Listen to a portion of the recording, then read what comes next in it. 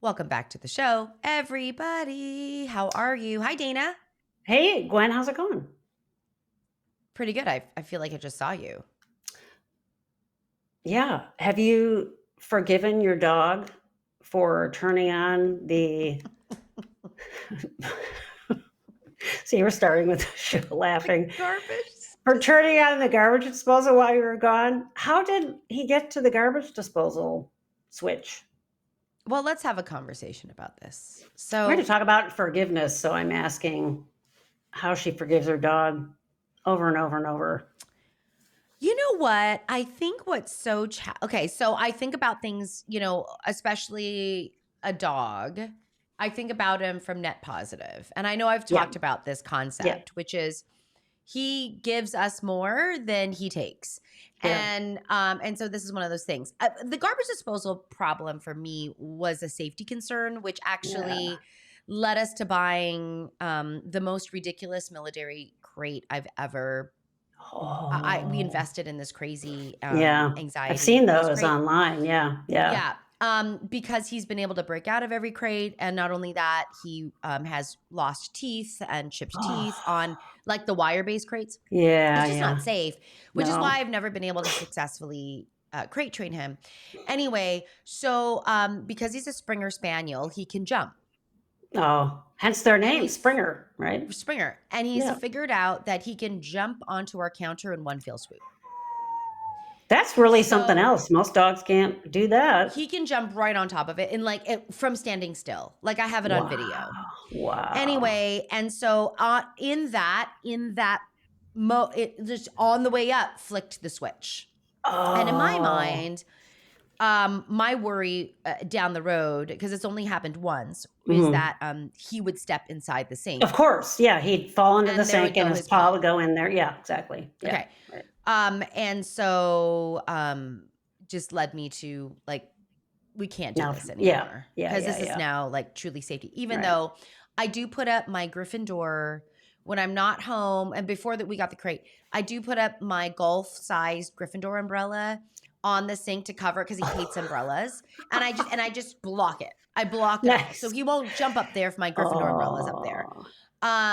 You probably put a different kind of switch on there too that's harder to activate, but yeah. So it's just all of that. So have I forgiven him? I guess. I mean, I feel like forgiveness is a conscious process. I really like that we were talking about the story with forgiveness, because it kind of illustrates, we think of forgiveness as you don't forgive somebody or you forgive them. And it comes with these negative connotations. Like when I've talked to clients about it, that somehow you're saying whatever happened is okay. Yeah. Right. I mean, that's sort of it's kind of the old world version of, forgive and forget. And how I see forgiveness is in the moment choosing to move past it, but oftentimes having to change your behavior. So like with him, he did this thing, you're getting a different crate, maybe you'll get a different switch or the giant umbrella. You're changing your juxtaposition to this thing. And so I think of that with people, right? So I'm not going to go into a lot of detail here. I'm fairly sure that no members of my family ever listened to this podcast, which is a whole nother episode. But nonetheless, I have had to do that process with my father, right? And it's all internally with me. Is this, it's not that, and a lot of therapy around that. It hasn't been about whatever happened, I'm going to forgive him, where you do I understand why you did what you did and blah, blah, blah, and all this stuff. And that's part of it. And another part of me is like, twice I censored myself. The self-control is insane. Like I don't know what happened, but the self-control is the switch. Anyway, so I could say, no, that's not the case. Have I changed my relationship with him in terms of how much I connect? Absolutely 100%. So it's a lot like what you've had to do with your dog, right? Change your juxtaposition or how you move around that person. And I've definitely done that. Now, yes, I paid a price for that. He's paid a price for that. But in my mind, it's what needs to happen, right? I get reinforcement all the time from my wife. No, you're doing the right thing. You're doing the right thing. And so, in a way, I could say, depending on how I define forgiveness, the semantics of that, to me, it's more that I have moved on, because if I keep living in that place of the past, it's just going to continue to wound me. It's going to continue to hurt me, right? Mm-hmm. Whereas when my mom was still alive, a lot of the issues I had with her, we actually worked through them together. She wanted to, right? We had a lot of talks. We worked through them together. She cared or had resource or whatever it was enough to come forth for us to really parse out, so that I really did get to a point with her where I felt like I forgave her for lots of stuff that happened in my childhood that may or may not have been her actual fault.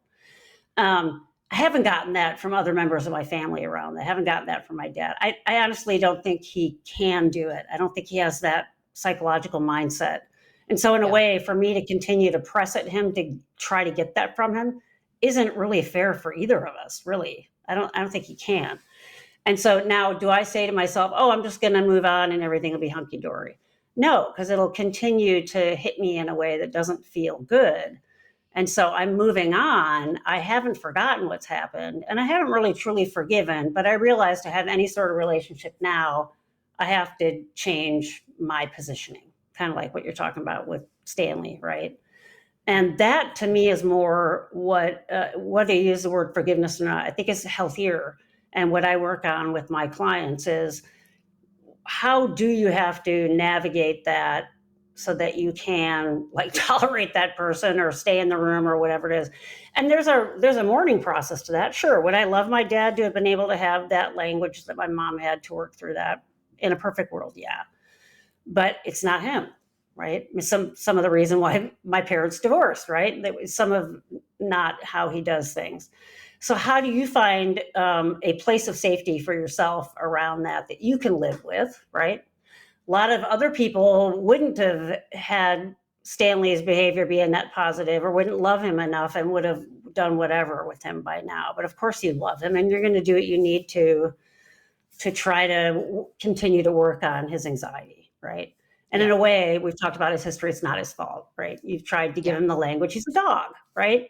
Yeah. So I think it is easier to forgive entities like that. In a way, sort of like what I've had to do with my dad, which is I don't think he has the capacity.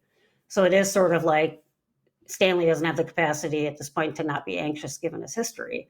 And so internally, it's a version of forgiving myself for letting go of needing a close contact. Like, it's okay to not keep pursuing that, right? So that process has been more internal for me than it's been about him. Which makes so much sense, Dana, because that's well within your control. Right. Exactly. Especially, when we're in these situations of forgiveness, it's Mm-hmm. obviously we've bumped up against another thing. Yeah. Right. Like we've bumped up against something that has hurt us in some way, or created a situation where we've experienced some distress or dysregulation on our own, Right. these things. And to know that you can't control the other person, the other thing, the other whatever.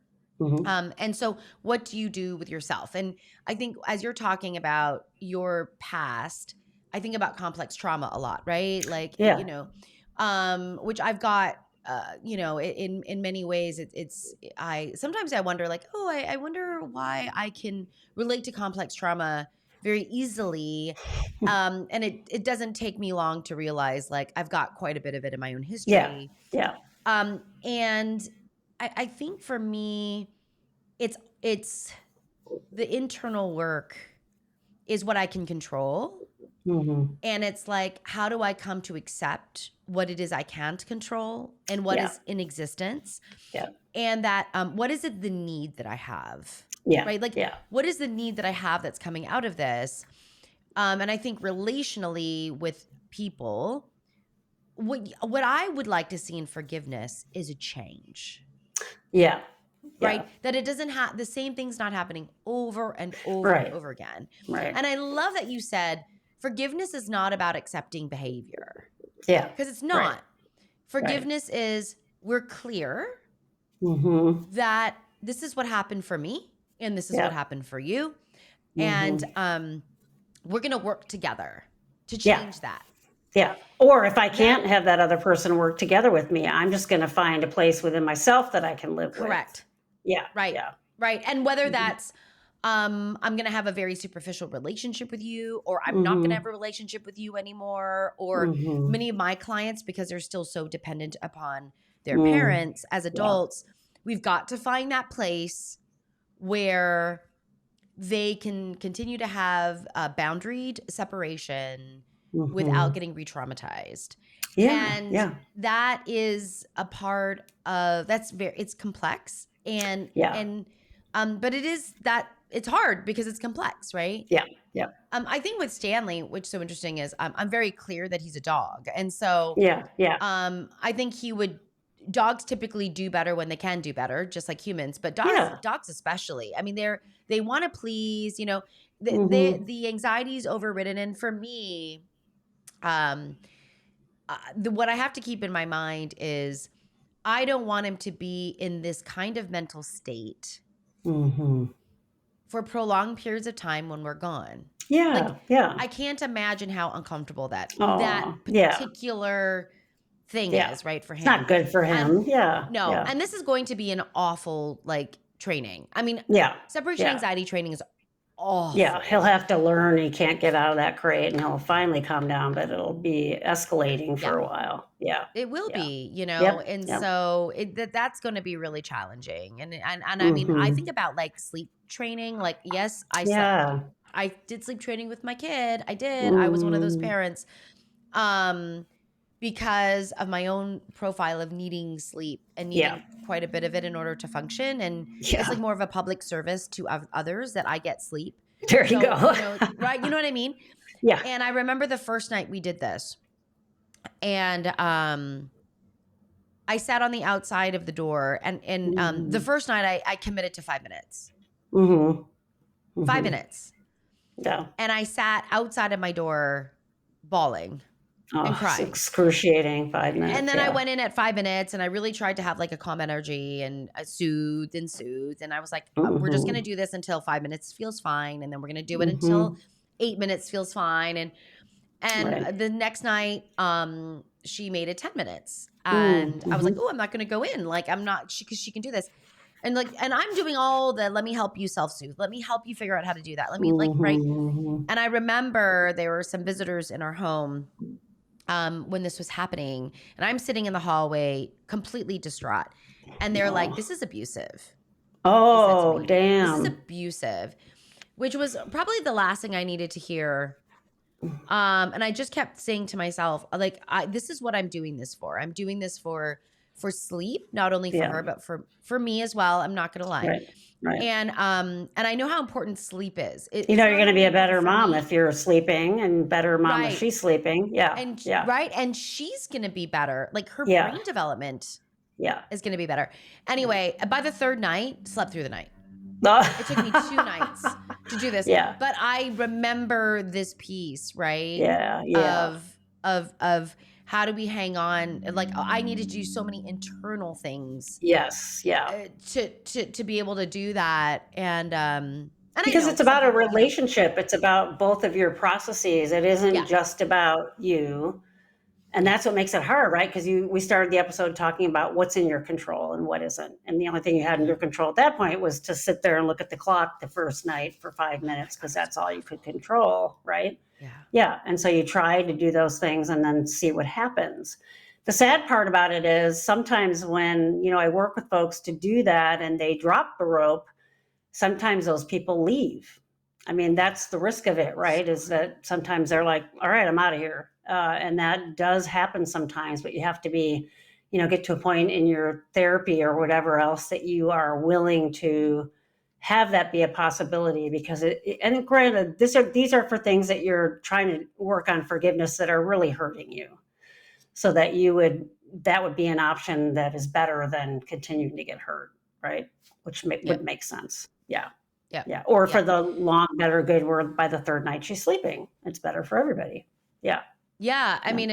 mean, and was an excellent sleeper. I mean, from that night on, like just such an Mm, excellent sleeper, mhm, mhm. which I was so grateful for because it was so regulatory. You know, the sleep Yeah, was yeah, so regulatory, and yeah, getting her kind of on this rhythm of yeah, sleep yeah, wake was just. yeah, I just know how important that is.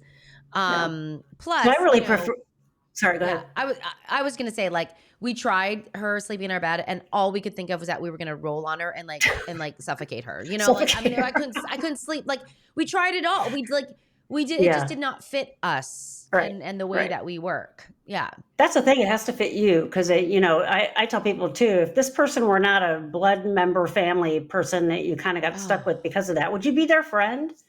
And almost always they're like, "Hell no," and I'm like, "Well, okay, that gives you an idea." So that it's not about forgiving and forgetting, it's about moving on, or it's about finding a place you can live with. And that's important for both of you, and you get to make some decisions. If you only have to see that yeah. person for, 3 hours every year, once a year for Thanksgiving or whatever it is, maybe you just sort of, rip the band-aid off and just do it. But if you have an ongoing thing with someone and you find yourself not being able to forgive, I think it's because it's a bit of a stoic, not very healthy standpoint to say, "Oh, these horrible things happen, and I'm just going to forget them, and now we're fine." That's not very good. It's not very Yeah. healthy. Yeah. And I mean, you and I both know that emotions Hmm. demand to be attended to. Oh yeah, they will. Yeah, they'll come back. And they will do it at all costs. Hmm. And Hmm. so the best thing to do is to attend to them Yeah. directly. Yeah. Directly and in a healthy way. But emotions, they don't like to be ignored. That's And right. they will demand to be seen. Yeah, they'll come back. They'll bite you Oh yeah, when you I mean least for expect sure. it. Yeah. Yeah. Or then you act weird. You do Yeah. funky stuff. Yeah. Like funky Yeah. things happen. I mean, like Yeah. in so many ways, I feel like OCD tends to be like this really funky thing, Yeah. like where you're like, Yeah. how are you managing your anxiety? Because it's coming out in like rug tassels. Like, let's Yeah. talk about this. You know, like what is Yeah. happening here? Um, and Good point. so and so I think, as we come into the holiday season, and people will probably hear this episode, Around there. gosh, around the holiday season. Mhm. um, it's hard. Holiday seasons are hard for people, whether it's Mhm. an anniversary of a passing, Mhm. whether it's I've Mhm. got to interact with Uncle Jim, who is awful, or like, Yeah. sorry, Jims, this is not personal. Yeah. Like whatever. I just came up with that name. Whatever it is, it's like there's a lot that goes on during the holidays. It's not Yeah. just like jingle bells, caroling, and hot chocolate. Yeah. Yeah. It Yeah. really is. And no, that's a very sorry. I just like made a generalization. Not everyone's doing jingle bells. Oh, Whatever it is, like it's not all fun and games. It's not all yeah. sprinkles and Yeah. bunnies and daisies. Yeah. Like it, right? Exactly. Yeah. So, just to be really mindful of that and be compassionate with Mhm. yourself Mhm. and resource yourself Yes. Exactly. before That's right. you That's have right. to do some of those things. Yeah. It's okay to do that. It's okay to put your own psyche first. Yeah. Please, Yeah. please do. Cool. Yeah. Cool. So don't Wow. forgive. No. On that note, the summary is Don't forgive anybody for anything ever. bah humbug. There you go. Oh Oh no. my God. Too funny. Oh my. I mean, forgiveness, we say forgiveness is not acceptance, and forgiveness might be actually the gift to yourself. Yeah, exactly. Yeah. That's right. Oof. I love Yeah. it. All right, everyone. Words to live by. Yes. All right. Be good to you, everybody. We will see you in the next episode. Take care. Bye, everybody. Bye.